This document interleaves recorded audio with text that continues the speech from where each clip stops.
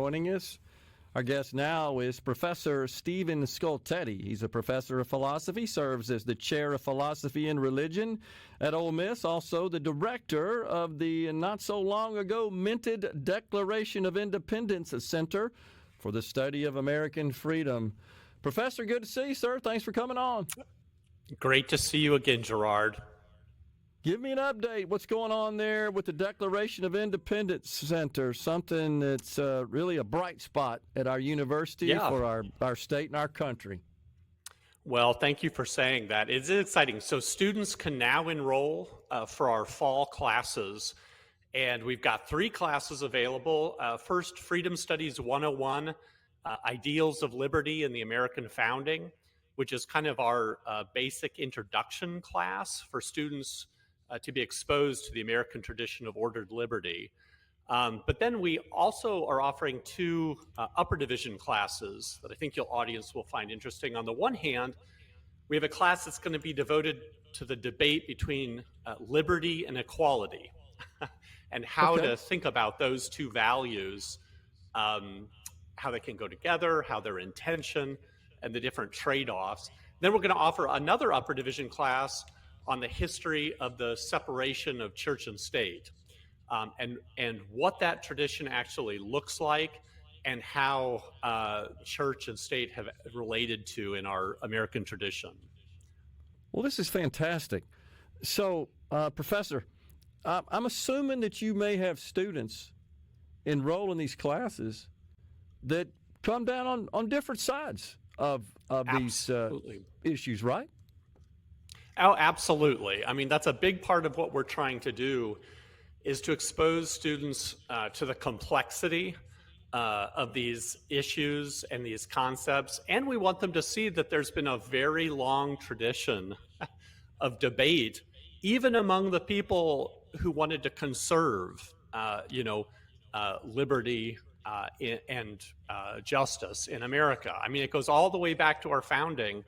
You know, our founders had lots of interesting disagreements with one another. And even though everyone was committed to a lot of the same basic principles, there's still different questions about how to weigh those principles against one another, how to implement them, what kind of trade-offs we should be willing to take. And that's the kind of complexity and nuance we want our students to be exposed to. What is the role of the instructor in these classes, especially when you've got students that have differing views and differing viewpoints? How does the instructor sort of facilitate students' ability to express their opinions and hoping avoid being confrontational with them? Yeah, there's always this really delicate balance you have to strike as a professor.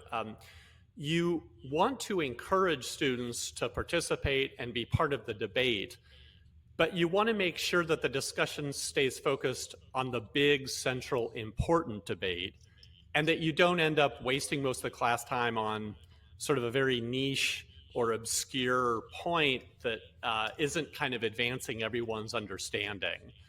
So it takes a long time to, become a skilled professor, a skilled teacher at that. Sure. Honestly, it is a lot easier to stand up in front of a group and just talk at people. The sage on the stage model of teaching. But we really, in all of our classes, we want students to practice conversing with one another and be engaged in debate at a high level. So it's always a challenge. It's never easy to pull off, but we're all committed to that in an important way. Have you found that the discourse in the environment is civil and respectful? Among students, it's always been my experience that it is civil. I mean, students really are interested in different ideas, and they're often interested to be in an environment where they can actually debate with people where they have confidence that it's not going to spill over into some kind of war of all against all in the classroom. And like I think I've told you before, every like in the fall, I'll be teaching my conservative political philosophy class. And that class always attracts a good number of students who are social democrats, who are liberals, who are progressives. And partly, I think it's they're curious about the subject matter, but also they can tell as soon as I start teaching the class that I want their voices to be part of it, and I'm interested in getting into a civil debate where everyone is going to come away having learned more than they did when they first came in the classroom. Have you ever encountered situations, Professor, where perhaps two students or multiple students had differing points of view, and one person made the arguments in support of their viewpoints, and they were able to persuade those who previously did not share that viewpoint to align with them? Yes, occasionally that's happened. I think, although that's rare, people Okay. are very, usually it's pretty hard to get people to come off of their fundamental priors. Yeah. But it does happen. But that's a long, slow journey. I'm reading Plato's Republic right now with my students in my Plato class, and he thought it took about 50 years of education for people to Wow. turn around. So you can't expect quick results. However, the thing that does happen frequently in a class like a conservative political philosophy class is students on the left, having never been exposed to the diversity of thought among conservative intellectuals, they'll be surprised to find that they actually agree with a lot of things. Sure.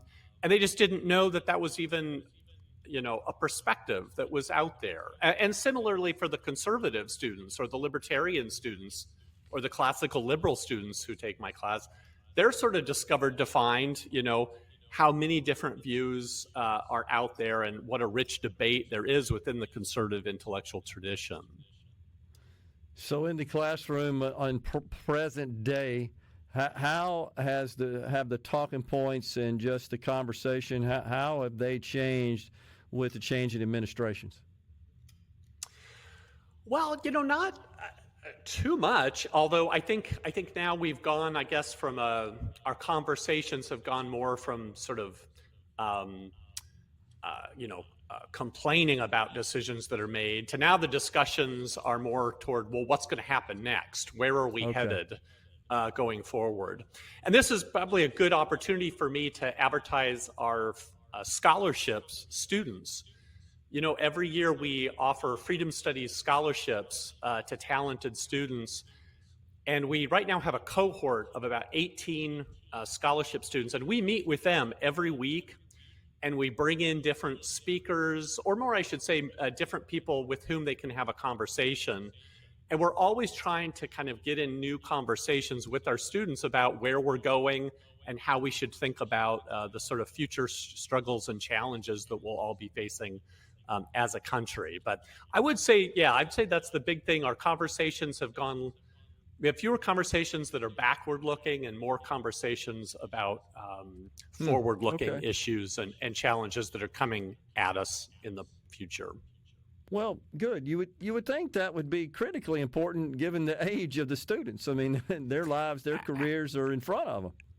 Absolutely. And I never take that for granted as one of the real perks of being a professor, is that every year, you're introduced to a whole new set of brand new young people who are facing the future as an adult for the very first time. They're at a point in their lives where they're really kind of coming to grips with how real the debates are and how much responsibility they're going to have as a free and adult citizen in our country. So it's always exciting. I never get tired of being exposed to that. Yeah. Well, how's enrollment going in these various courses? Yeah, good. Well, enrollment just opened up. The window in which students could sign up just opened. And we've already got about 80 students who have signed up right out of the gate. Wow. And we're planning on having, probably somewhere between 150 to 200 students by the time fall semester starts. So we're excited about it.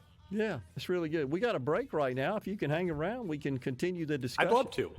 You bet. We've got Professor Stephen Skultety. He's the director of the Declaration of Independence Center for the Study of American Freedom at the University of Mississippi. We're coming right back. It's middays. We're chatting with Professor Stephen Skultety, who serves as the director of the Declaration of Independence Center at Ole Miss. So, Professor, that was really fascinating about just the conversations, the discourse. And are these classes, do they consist more of conversation and interaction, debate, if you will, among the students, perhaps more so that, as you said, just sage on a stage, just one way? Let me tell you how the world is sort of instruction.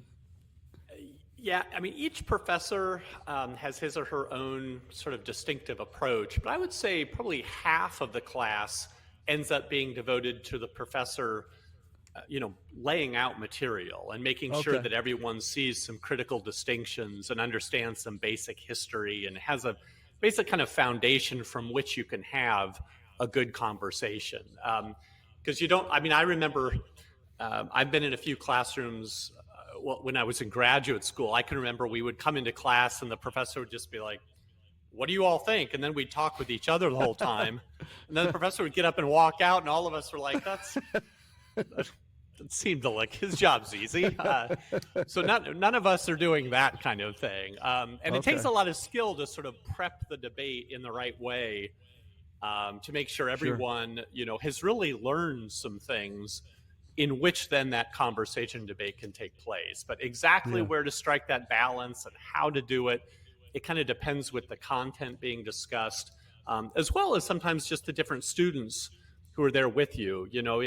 When you're teaching, you're never just doing the same thing over and over again. You're really trying to focus on the human beings who are sitting right there in front of you and trying to figure out how to draw them out and how to bring them into a new conversation. And that really does sort of change class to class, and it just depends who's there in the room with you. Yeah. So update us on this. Presently, there's a minor that's offered, right, by the center. Is that correct? Right. Yeah, that's right. So there's a Freedom Studies minor available at the University of Mississippi. And students can take their minor as a way of fulfilling their graduation requirements.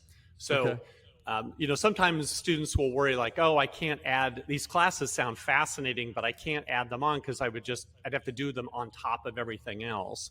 I see. But the minor is available as a path toward fulfilling their basic requirements to graduate. So it doesn't have to be taken as just an add-on elective. And part of that Freedom Studies minor are then these Freedom Studies classes that are staffed by the Declaration of Independence Center.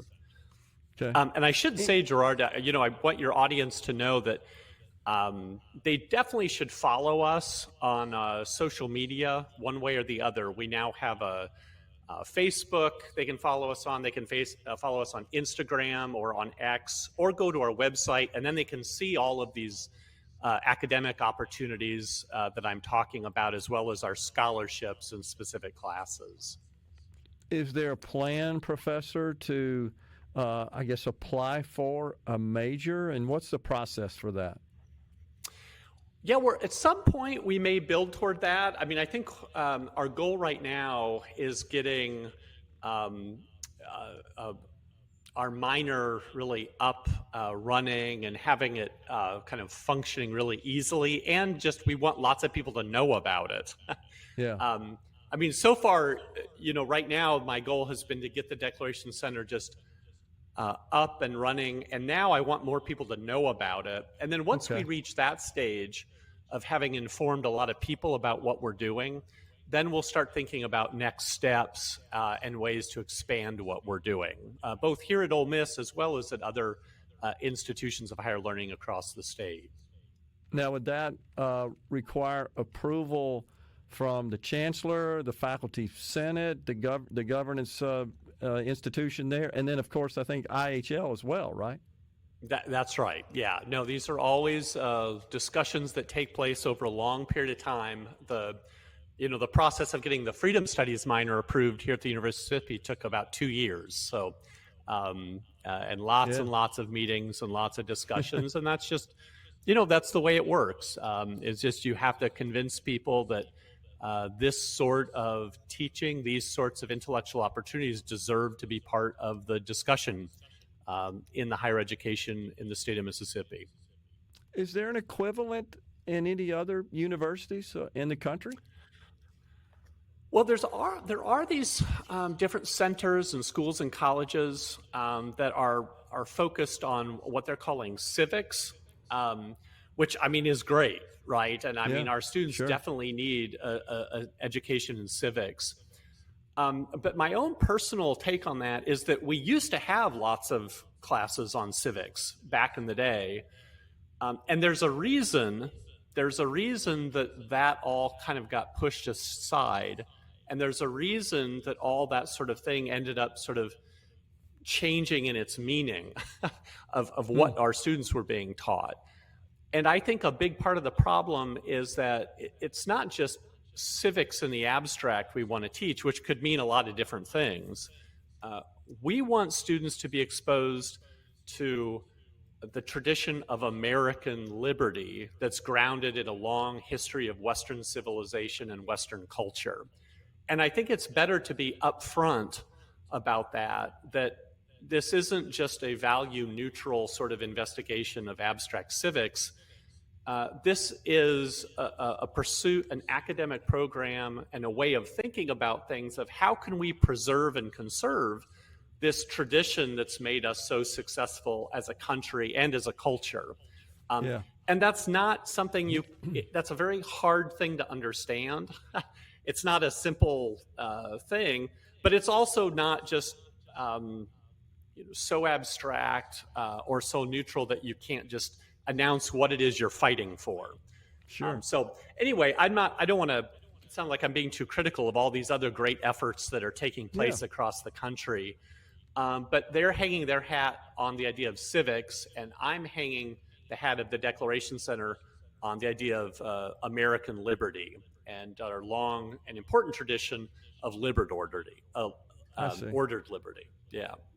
Have and you may not want to answer this question, but have you received any sort of criticism or rebuke from perhaps other faculty members that don't think what we're doing there is a good idea? Yeah, I mean, I've been attacked on social media pretty regularly, and a lot of people don't, don't like it. But um,